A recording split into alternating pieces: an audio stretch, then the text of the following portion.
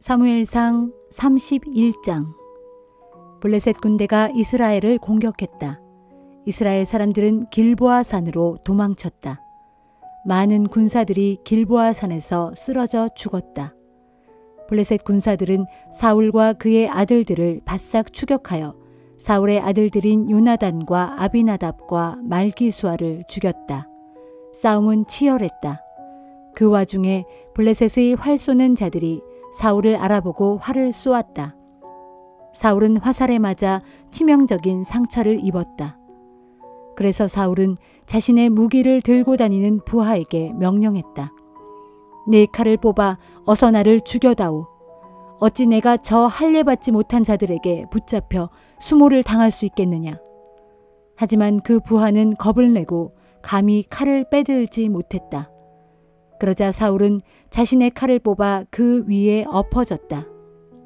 사울이 죽는 광경을 본 그 부하는 자신도 사울을 따라 칼 위에 엎드러져 죽었다. 사울과 그의 세 아들과 사울의 무기를 들고 다니는 자, 그리고 사울의 부하들이 그날 다 함께 죽었다. 골짜기를 따라 사는 이스라엘 사람들과 요단강 건너편에 사는 사람들은 도망치는 이스라엘 군사들을 보고 또 사울과 그의 세 아들들까지 죽었다는 소식을 듣고 각자 자기들의 성읍을 버리고 피난길에 올랐다. 그러자 블레셋 사람들이 몰려와서 성읍을 점령했다. 다음 날 죽은 군인들의 옷을 벗기러 온 블레셋 군사들은 길보아 산에서 사울 왕과 그의 세 아들의 시체를 발견했다. 그들은 쓰러져 있는 사울 왕의 머리를 자르고 그의 갑옷과 장비를 취했다. 그들은 블레셋 전역에 전령을 보내어 승리의 소식을 자기들이 모시는 우상과 온 백성에게 알리게 했다. 그들은 사울의 갑옷을 아스다롯 신전에 보관하고 사울과 그 아들들의 시체는 벳산 성벽에 못 박아 달아두었다. 길르앗 야베스 주민들은 블레셋 사람들이 사울에게 행한 일을 전해 들었다. 그래서 그들 중 용기 있는 자들이 나서서 밤중에 벳산으로 올라갔다. 그들은 성벽에 매달린 시체들을 끌어내려 야베스로 가지고 돌아온 후 모두 화장했다. 그런 다음 그들의 뼈를 거두어다가 야베스에 있는 상수리 나무 밑에 묻었다. 그리고 7일 동안 금식을 했다.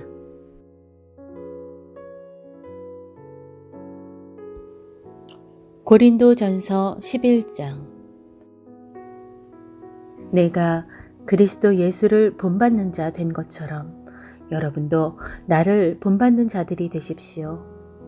여러분이 내가 가르친 교훈을 다 마음에 새겨두고 그대로 행하고 있다니 얼마나 기쁜지 모르겠습니다.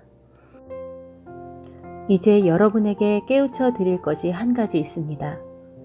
여자의 머리는 남자이고 모든 남자의 머리는 그리스도이시며 그리스도의 머리는 하나님이시라는 사실입니다. 남자가 기도하거나 예언을 할 때 머리에 무엇을 쓰면 그것은 자기 머리 되시는 그리스도를 욕되게 하는 일입니다. 그러나 여자가 머리에 아무것도 쓰지 않은 채 기도하거나 예언을 하면 그것은 자기 머리인 남자를 욕되게 하는 일입니다. 그것은 머리털을 다 밀어버린 것과 마찬가지이기 때문입니다. 여자가 머리에 아무것도 쓰기 싫거든 머리털을 다 깎아버리십시오. 그러나 머리털을 다 깎는 것이 수치스럽거든 무엇으로든지 머리를 가리십시오. 그러나 남자는 머리를 가리면 안 됩니다. 남자는 하나님의 형상이고 하나님의 영광이기 때문입니다. 하지만 여자는 남자의 영광입니다. 왜냐하면 남자가 여자에게서 나온 것이 아니라 여자가 남자에게서 나왔기 때문입니다. 또 남자가 여자를 위해 창조된 것이 아니라 여자가 남자를 위해 창조되었기 때문입니다. 이런 이유에서 여자는 예배 때에 천사들이 지켜보고 있으므로 권위의 표시로서 수건으로 자신의 머리를 가려야 하는 것입니다. 그러나 주 안에서는 남자 없이 여자가 있을 수 없고 또 여자 없이 남자가 있을 수 없습니다. 여자가 남자에게서 나왔듯이 남자 역시 여자에게서 태어났기 때문입니다. 그러나 모든 것은 다 하나님에게서 났습니다. 여러분 스스로 판단해 보십시오. 여자가 머리에 아무것도 쓰지 않고 하나님께 기도를 드리는 것이 마땅한 일이겠습니까? 여러분의 본성이 가르쳐 주지 않습니까? 곧 남자가 긴 머리를 하는 것은 그에게 수치가 되지만 여자가 긴 머리를 하는 것은 그녀에게 자랑이 되지 않습니까? 긴 머리는 여자에게 가리는 역할을 해주기 때문입니다. 이 문제를 두고 의견을 달리하는 사람이 있더라도 나는 더 이상 설명하지 않겠습니다. 어쨌든 여자가 머리에 아무것도 쓰지 않고 기도하거나 예언하는 관습은 우리에게는 없고 하나님의 교회에도 없기 때문입니다. 이제 내가 다루는 문제에 대해서는 여러분을 칭찬할 수 없습니다. 그것은 여러분의 모임이 유익하지 않고 도리어 해롭게 느껴지기 때문입니다. 무엇보다도 여러분이 교회에서 모일 때 분열이 있다고 들리는데 나는 이것이 어느 정도는 사실이라고 믿습니다. 물론 여러분 가운데 누가 하나님 보시기에 합당한 사람이냐를 가리려면 어쩔 수 없이 분파도 생길 것입니다. 그렇지만 여러분이 분열되어 있으니 여러분이 함께 모여 식사를 나눈다고 해도 그것은 주의 만찬이라고 할 수 없습니다.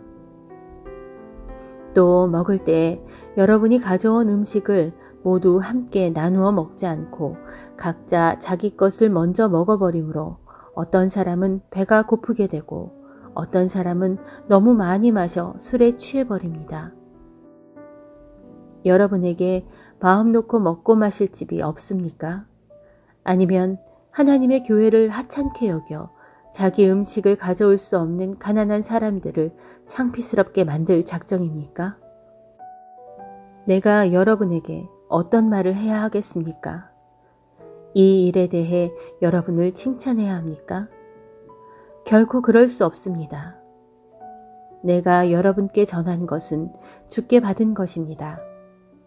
곧 주 예수께서 배반을 당하셔서 잡히시던 날 밤에 주께서는 빵을 손에 드시고 아버지 하나님께 감사 기도를 드리신 후에 그 빵을 떼어서 제자들에게 나누어 주시며 말씀하셨습니다. 이것은 너희를 위한 내 몸이다. 이것을 행하여 나를 기념하여라. 또 식사 후에 포도주 잔을 손에 들고 감사 기도를 드리신 다음 제자들에게 말씀하셨습니다. 이 잔은 내 피로 세우는 새 언약이다. 너희는 이것을 행하여 마실 때마다 나를 기념하여라. 그러므로 여러분이 이 빵을 먹고 이 잔을 마실 때마다 주께서 우리를 위해 죽으신 의미를 주가 다시 오실 때까지 선포하는 것입니다. 그러므로 누구든지 합당하지 않은 태도로 주의 빵을 먹거나 주의 잔을 마시는 사람이 있다면 그 사람은 주의 몸과 피를 모욕하는 죄를 범하는 것입니다.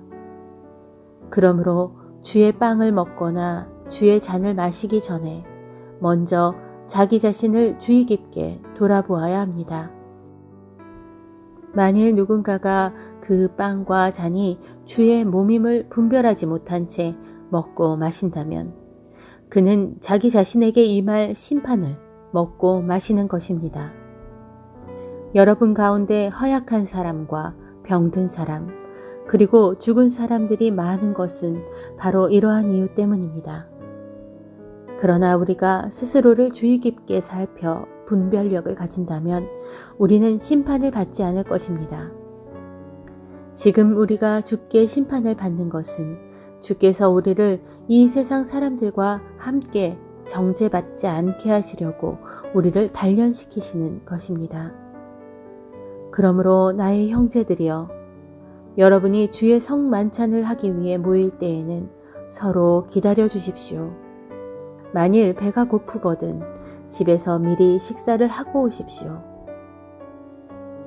그래서 여러분이 함께 모여 주의 성만찬을 하는 일로 인해 심판을 받는 일이 없도록 하십시오. 그 밖에 다른 문제들은 내가 직접 가서 일러드리겠습니다.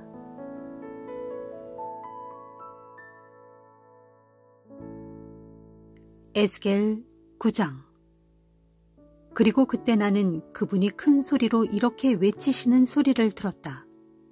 예루살렘 성읍에 벌을 내릴 집행관들아, 너희는 각자 손에 사람을 죽이는 살상 무기를 들고 앞으로 나오라. 그러자 내가 보니 6사람이 북쪽으로 향한 성전의 윗문길에서 달려 나오고 있는데 그들 각자의 손에는 사람을 죽이는 살상 무기가 들려 있었다.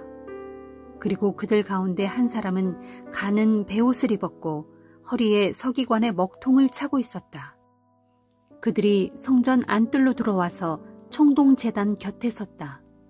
그러자 이제까지 법궤 위 그룹 사이에 머물러 있던 이스라엘 하나님의 영광이 떠올라 성전의 문지방으로 옮겨갔다.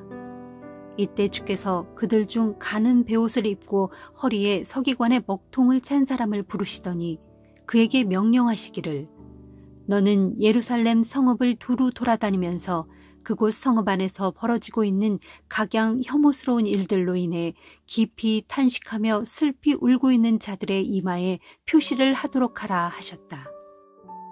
그리고 내가 듣는 데서 주께서는 그 남아있는 다른 5사람들에게도 명령하셨다.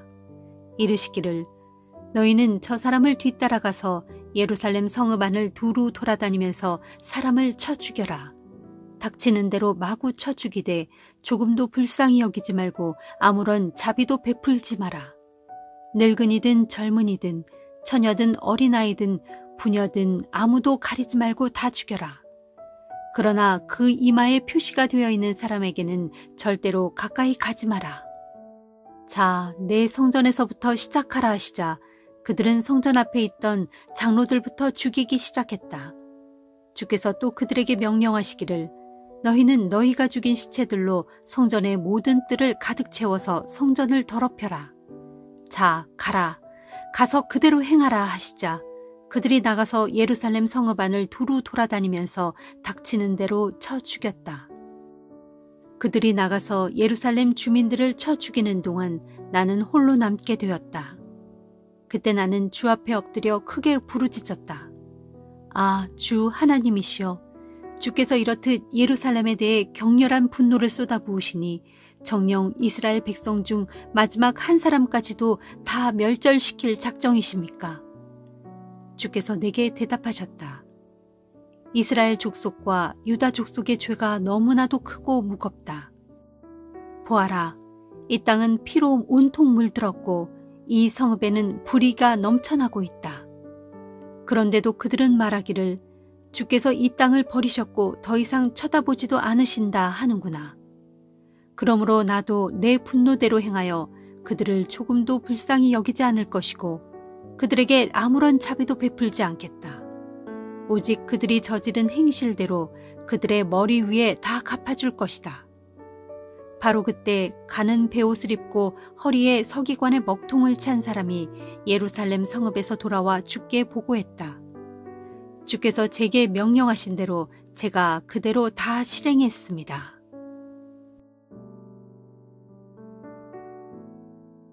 시편 48편. 주는 진실로 위대하시니 우리 하나님의 도성에서 곧 그분의 거룩한 산에서 크게 칭송을 받아 마땅하신 분이시다. 그 산은 높고 그 봉우리는 아름다우니 온 세상의 기쁨이로구나. 북방에 있는 그 산 곧 시온산은 위대한 왕의 도성이로구나. 그 도성에서 주께서 항상 함께 하시니 아무런 걱정이 없다고 일러주셨다. 그분께서는 스스로 자신이 안전한 피난처이심을 보여주셨도다. 보라, 이방의 왕들이 때를 지어 시온산을 쳐부수려고 몰려왔다가 주께서 계신 시온성을 보자마자 모두가 깜짝 놀라 허겁지겁 도망치고 말았다. 그들이 큰 두려움에 사로잡혀 덜덜 떠니 그 모습이 마치 아이 낳는 여인의 격렬한 고통과도 같고 거센 동풍에 여지없이 부서지고 깨지는 다시스의 배와도 같구나. 우리는 전능하신 주님의 도성에서 곧 우리 하나님의 도성에서 우리가 그동안 들어왔던 것들이 사실임을 확인했도다. 하나님께서는 이 도성을 영원토록 안전하게 세우시리라. 오 하나님, 우리가 주의 성전 안에서 주께서 베푸시는 한결같은 사랑을 생각합니다.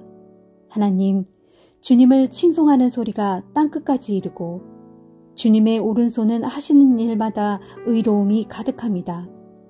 주께서 내리시는 올바른 판단에 시온산이 즐거워하고 유다 온 성읍들이 기뻐합니다.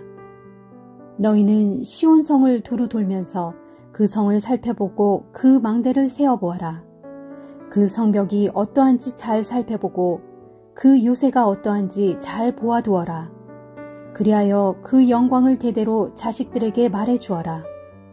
이 도성을 세우신 하나님께서는 영원토록 우리의 하나님이시니 그분은 우리를 죽기까지 인도해 주실 것이다 라고 말해주어라.